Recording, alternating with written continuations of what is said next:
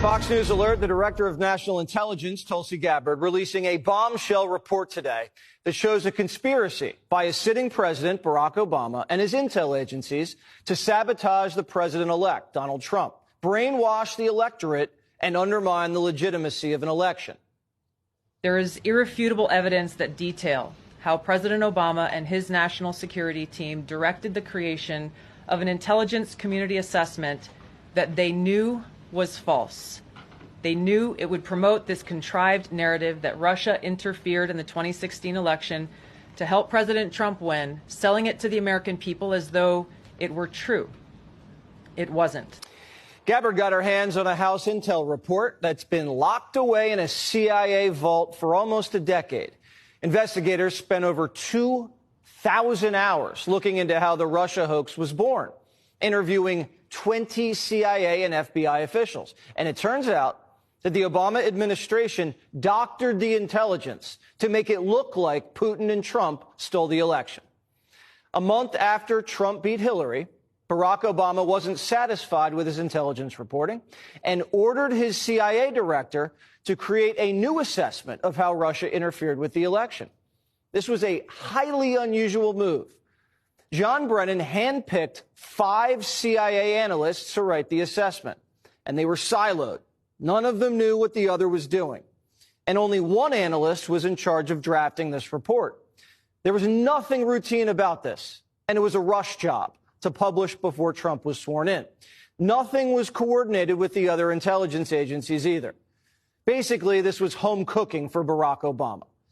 There were 4 key elements from the assessment that were repeated over and over again and formed the basis of the Russia hoax and the Robert Mueller witch hunt. 1, that Vladimir Putin wanted Donald Trump to win. 2, Putin took action to help Trump win.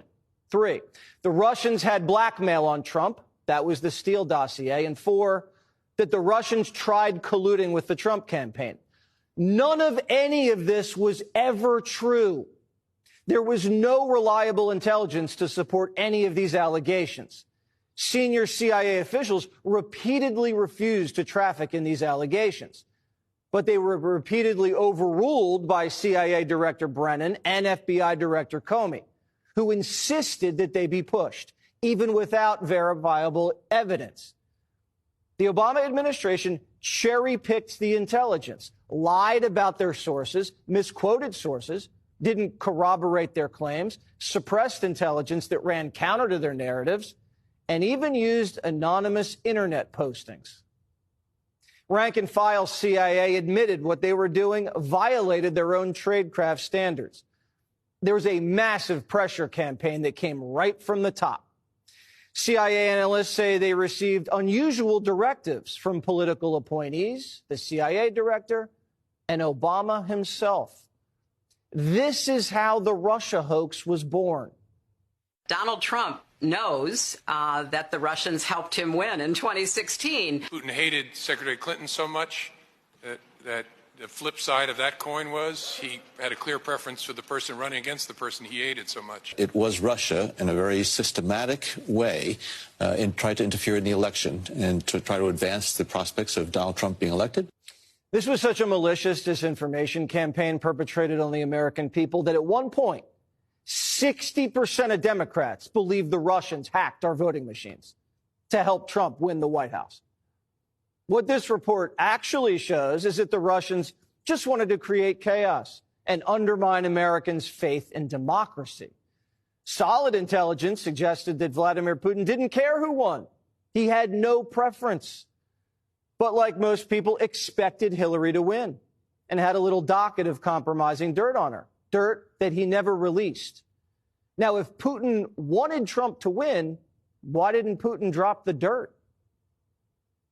There were high-level DNC emails that detailed evidence of Hillary's, quote, psycho-emotional problems, uncontrolled fits of anger, aggression, and cheerfulness, and that then Secretary Clinton was allegedly on a daily regimen of heavy tranquilizers. Then CIA Director Brennan and the intelligence community mischaracterized intelligence and relied on dubious substandard sources to create a contrived false narrative that Putin developed a quote-unquote clear preference for Trump. Now, if Clinton was on tranquilizers like the Russians believed, why didn't they leak it to help Trump win? How credible was the information about Hillary Clinton's power? All I have seen is what the Intelligence Committee have reported through their investigation.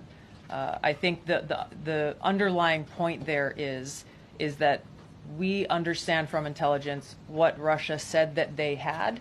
And the important point here is that if they were trying to influence the election, as President Obama and James Clapper and John Brennan, everybody said they were doing in order to support Donald Trump's election, they would have released the most damning of that information. Obama and his spy chiefs knew that Putin didn't prefer Trump over Hillary, but they cooked the intelligence to make it look like he did. Obama and his intel spies knew that Putin didn't collude with Trump and that he didn't even direct his people to help Trump win. But they put it out there anyway.